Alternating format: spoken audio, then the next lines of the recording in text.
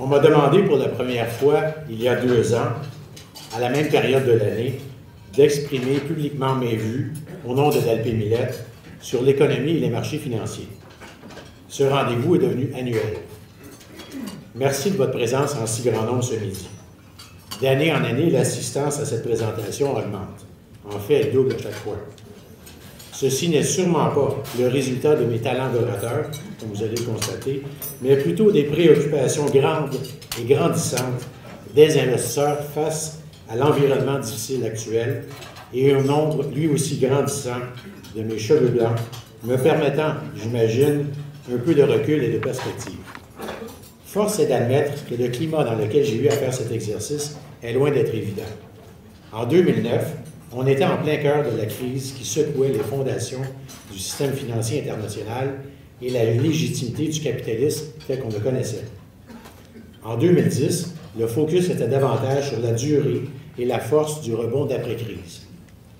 Une bonne partie de la poussière du cataclysme de 2008 ayant retombé, il m'apparaît maintenant approprié de jeter un coup d'œil sur le futur, pas celui des prochains trimestres, mais celui des prochaines 3 à 5 années.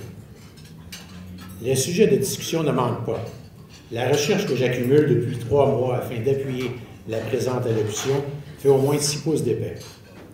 Son volume ne témoigne pas seulement de la variété des sujets de fond intéressants par le temps qui court, mais aussi de mon indécision à choisir celui ou ceux que je souhaitais aborder avec vous aujourd'hui. Tout le monde est familier avec l'expression « la marée montante soulève tous les bateaux ». Mais les marées entrent et sortent aussi. Pour la majeure partie des 65 dernières années, la marée est entrée et a soulevé l'économie américaine.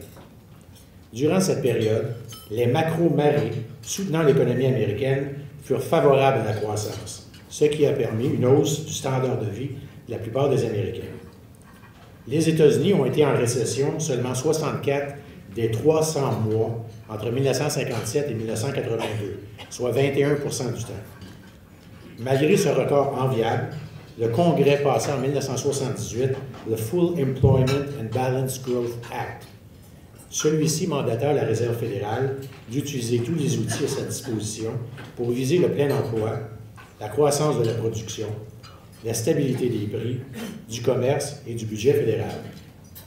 Dans les 300 mois qui ont suivi, l'économie américaine fut en récession seulement 16 mois, soit 5 du temps. Ce qui a permis de conclure que la combinaison d'une politique monétaire libérale et le manque de discipline budgétaire était un grand succès. Malheureusement, plusieurs déséquilibres s'étaient développés durant ces 25 ans de simili-succès, avec comme cerise sur le sundae une bulle immobilière financièrement manufacturée. L'effet curateur des récessions sur la discipline et sur la réévaluation des fondations de la croissance n'avait tout simplement pas eu la chance de faire son œuvre assez souvent ni assez profondément au cours de ces 25 ans. L'implosion de la bulle immobilière a exposé un grand nombre de lignes de fracture qui étaient dissimulées, tant que la bulle du crédit était en expansion et que la croissance du PNB, stimulée par l'accès exagéré à l'endettement, se maintenait à 3 % en moyenne par année. La Réserve fédérale n'est plus en avant de la parade économique. Au contraire, elle utilise tous les outils à sa disposition, conventionnels ou non, simplement pour garder l'économie en croissance, si faible soit-elle. Son objectif premier est de gagner du temps et, avec un peu de chance, assez de temps pour permettre aux patients de guérir. Par contre, elle pousse contre nombre de macro-marées, petites et grandes, qui vont pousser contre la croissance économique aux États-Unis et globalement pour plusieurs années. La crise financière qui a débuté en 2007 n'a jamais vraiment cessé.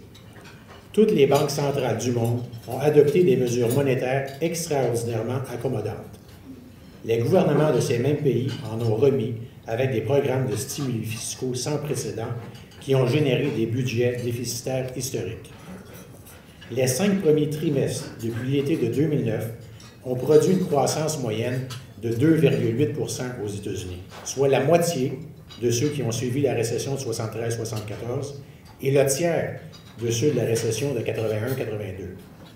Ainsi, malgré des efforts sans précédent, le rebond économique de 2009 a été d'une remarquable faiblesse. Que va-t-il se produire avec l'impact diminuant des programmes de relance gouvernementaux? Les investissements privés qui ne semblent pas prendre avantage de conditions de crédit à rabais, du chômage qui ne donne aucun signe de s'amenuiser significativement, des déficits gouvernementaux qui ont maintenant à faire face aux problèmes structurels, pas seulement cycliques, du vieillissement de la population et de l'explosion des coûts de santé et de pension. Sans parler de la très grande fragilité des banques en Europe, de l'énorme dette au Japon et de l'inflation en Chine et en Inde. Beau cocktail pour quelques années à animer. C'est de cela qu'on va parler ce midi. Les déficits gouvernementaux et l'endettement de la plupart des pays développés seront les enjeux économiques dominants de notre époque.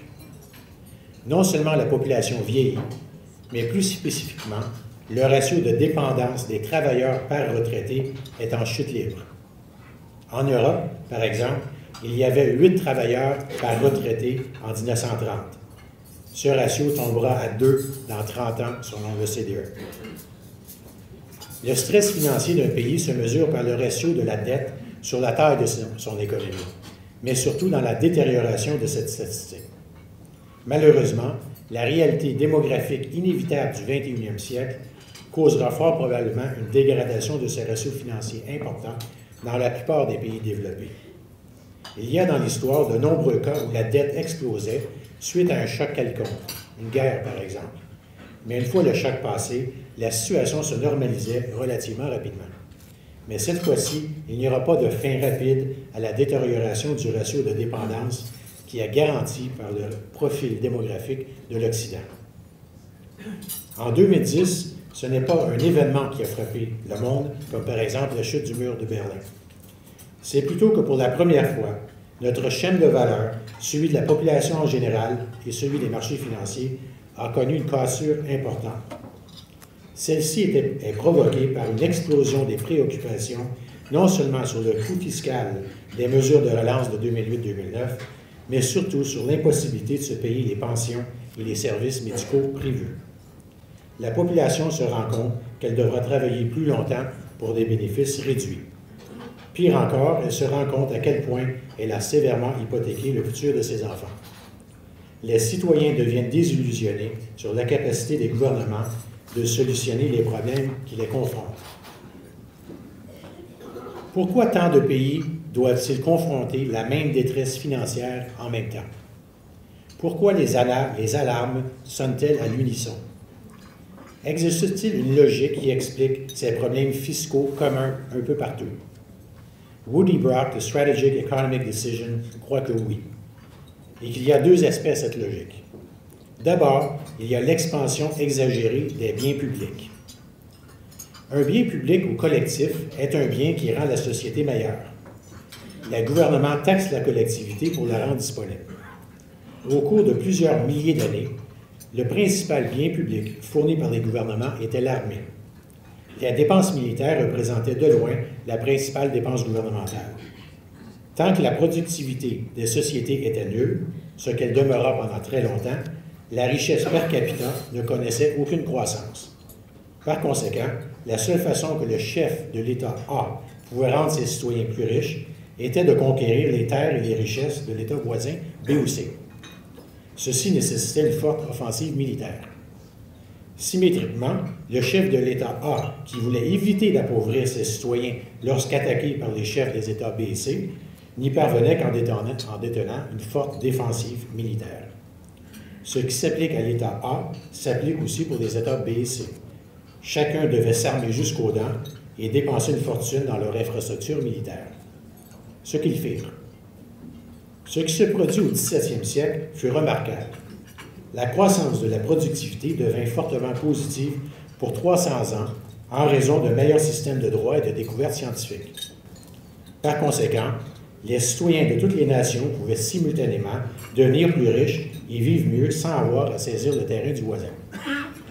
Tout ce qu'ils devaient faire était de produire et de commercer. La résultante fut une croissance exponentielle de la richesse et de la qualité de vie pendant 3 siècles.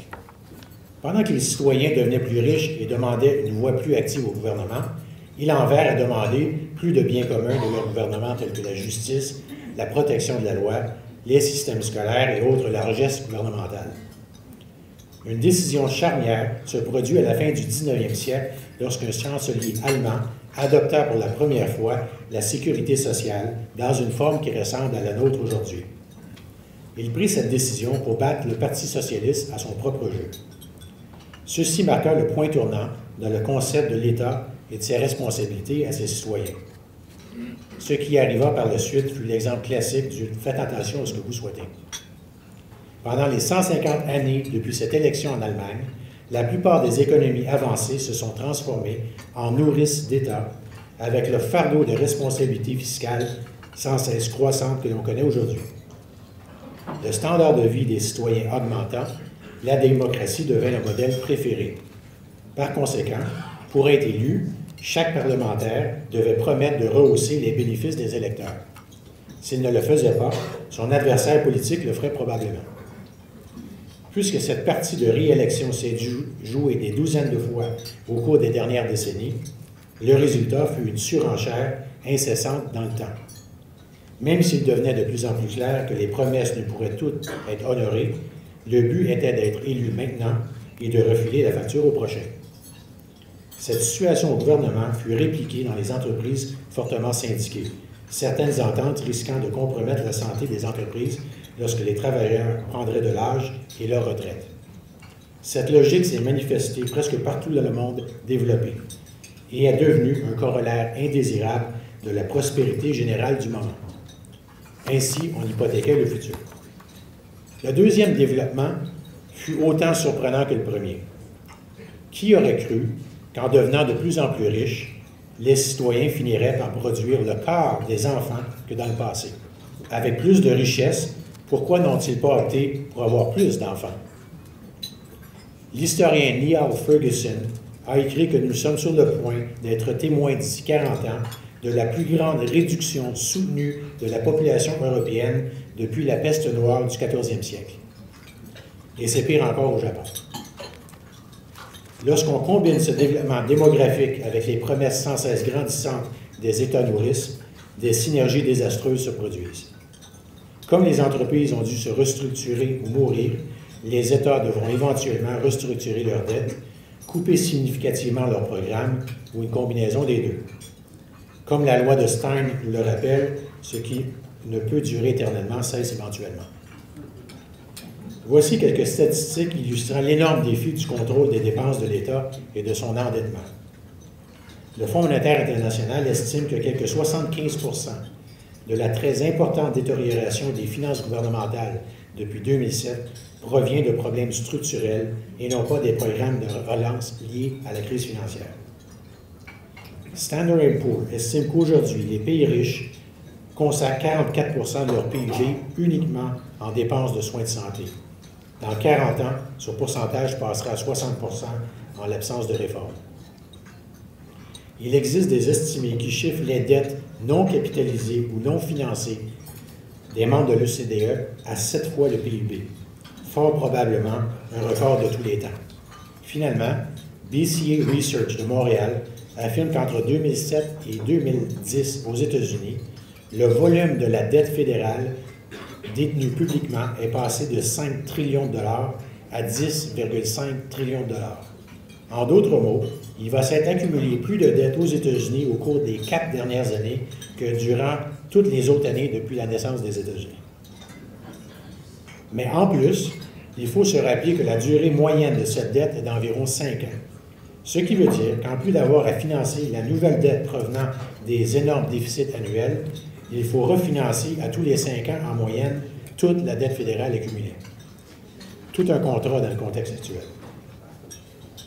Un fait marquant aux États-Unis durant les années 90, sous le règne d'Alan Greenspan, le grand patron de la Réserve fédérale, aura été la montée de l'endettement privé, c'est-à-dire autre que gouvernemental, à des niveaux non vus depuis la Grande Dépression des années 30.